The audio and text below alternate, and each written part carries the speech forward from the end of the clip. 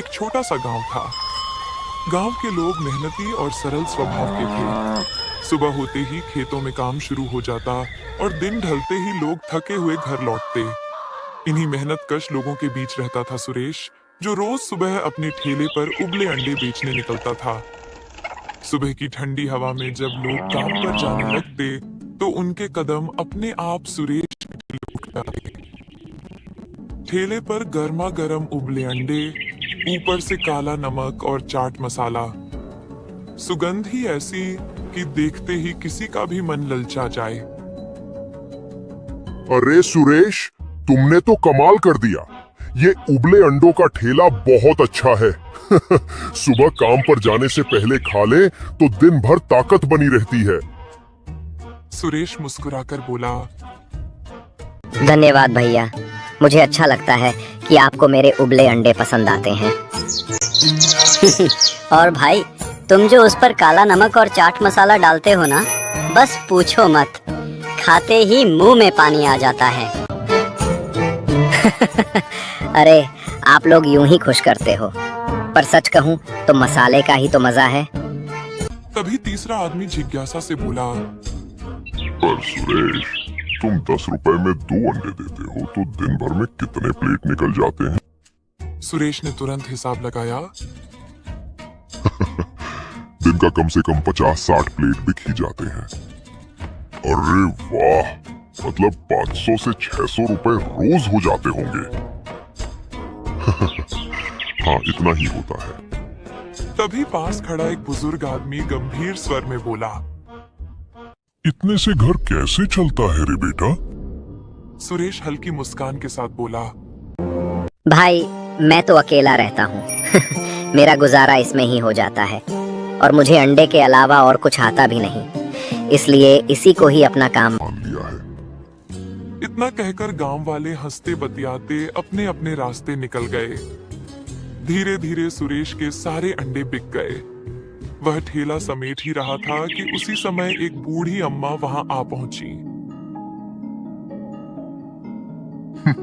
अरे बेटा, क्या बेच रहे हो? अम्मा, उबले अंडे बेचता था, लेकिन अभी सब खत्म हो गए। अरे बेटा, बस उबले अंडे ही बेचते हो? इसमें तो पेट कैसे भरता होगा? अगर इनके साथ रोटी भी दे दिया करो तो लोगों का पेट भर जाएगा। पर अम्मा, मैं तो सिर्फ उबले अंडे बेचता हूँ। अंडे और रोटी साथ में कैसे खाएंगे लोग? अरे बेटा, अंडे को थोड़ा मसाला लगाकर अंडे की करी बना दो और उसके साथ रोटी बेचो। देखना, लोग और भी खुशी खुशी खाएंगे। तुम्हें ज्यादा मुनाफा होगा और गांव वालों का पेट भी भरेगा। सुरेश ने गंभीर होकर सोचा, पर कुछ बोला नहीं। अम्मा बात तो सही कह रही हो, मगर ये सब करना मेरे बस की बात नहीं है। कोशिश किए बिना कैसे पता चलेगा बेटा, सोच कर देखना। इतना कहकर अम्मा अपने धीमे कदमों से आगे बढ़ गईं। सुरेश देर तक उनके शब्दों पर विचार करता रहा, मगर फिर सिर हिलाकर बोला, नहीं, ये सब झंझट मेरे बस का नहीं। उबले अंडों से ही काम चलता है तो ठीक है। उसने ठेला उठाया और घर की ओर चल पड़ा। मगर अम्मा की बात उसके दिल के किसी कोने में गहराई से बैठ चुकी थी। सुरेश उस दिन घर लौटा तो थका हारा जरूर था, मगर मन से और भी बोझिल था। जैसे ही उसने चारपाई पर बैठकर थोड़ी देर आराम करने की कोशिश की, बाहर से किसी की तेज आवाज आई। ओ सुरेश, अरे सुरेश, कहाँ गया रे तू? बाहर आ। सुरेश चौंक कर उठा। कौन बुला रहा है?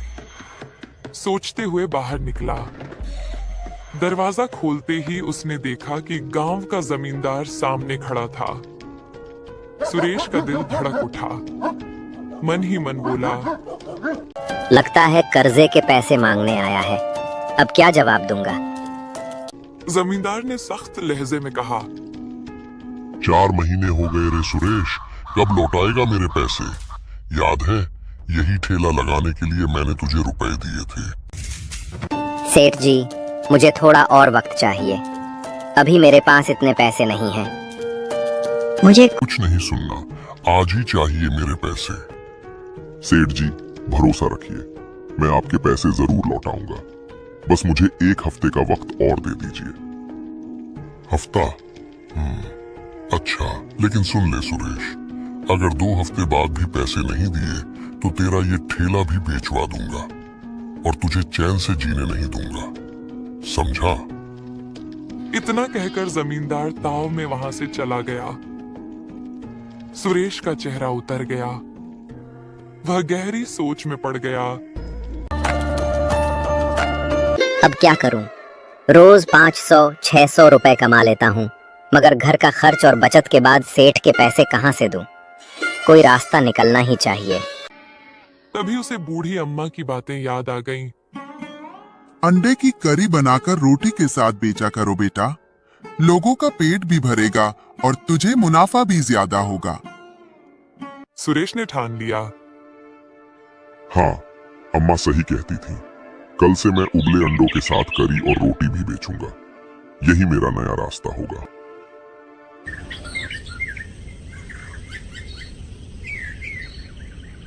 अगली सुबह सुरेश ने रात भर जाग कर करी और रोटी ही सुरेश ने करी को गर्म किया, ताजी रोटियां रखी और ठेला गांव के चौक की तरफ ले गया, जहां लोग आ जा रहे थे। जैसे ही गरम मसालों की खुशबू हवा में फैली, राहगीरों का ध्यान ठेले की तरफ खिंच गया। सबसे पहले एक बूढ़े काका पास आए। अरे बेटा, क्या बेच रहे हो? काका, अंडा करी और रोटी है। 2 अंडे और 2 रोटी, 60 रुपए प्लेट। अरे वाह, 1 प्लेट दे बेटा। सुरेश ने जल्दी से करी गरम की, ऊपर से हरी धनिया और मसाला छिड़क कर प्लेट सजाई। काका ने पहला कौर लिया और उनकी आंखें चमक उठी। वाह बेटा, मजा आ गया। अंडा करी तो एकदम जायकेदार है, तीखी भी और मजेदार भी। सुरेश का मन प्रसन्न हो गया। चलो, पहला ग्राहक खुश हुआ। तभी 2 किसान जो खेत से लौट रहे थे ठेले के पास आ गए। अरे सुरेश, ये समय और जगह तो बढ़िया है तेरे ठेले के लिए। हाँ यार, घर जाने से बेहतर है यहीं पेट भर लेते हैं। रोटी भी है, करी भी है। चल, 2 प्लेट बना दे। सुरेश ने मुस्कुराकर झटपट 2 प्लेट करी रोटी परोसी।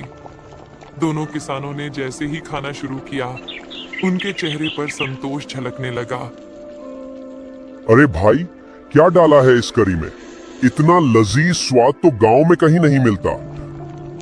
सुरेश, अगर तू इतनी स्वादिष्ट करी बना सकता है तो सुबह भी हमें इसे खाने में कोई दिक्कत नहीं, बल्कि ये तो ताकत का खजाना है। सुरेश का चेहरा खिल उठा। उसके ठेले पर धीरे धीरे और लोग आने लगे। कोई कहता, भाई, खुशबू से ही भूख बढ़ गई है। रोटी मुलायम और करी जबरदस्त है। कुछ ही देर में पूरा ठेला खाली हो गया।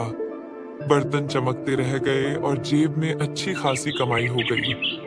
शाम को घर लौटकर सुरेश थकान के बावजूद बेहद खुश था। उसने पैसे गिनकर मन ही मन कहा, धन्यवाद अम्मा। अगर आपने वो सुझाव न दिया होता तो शायद मैं कभी ये रास्ता न अपनाता।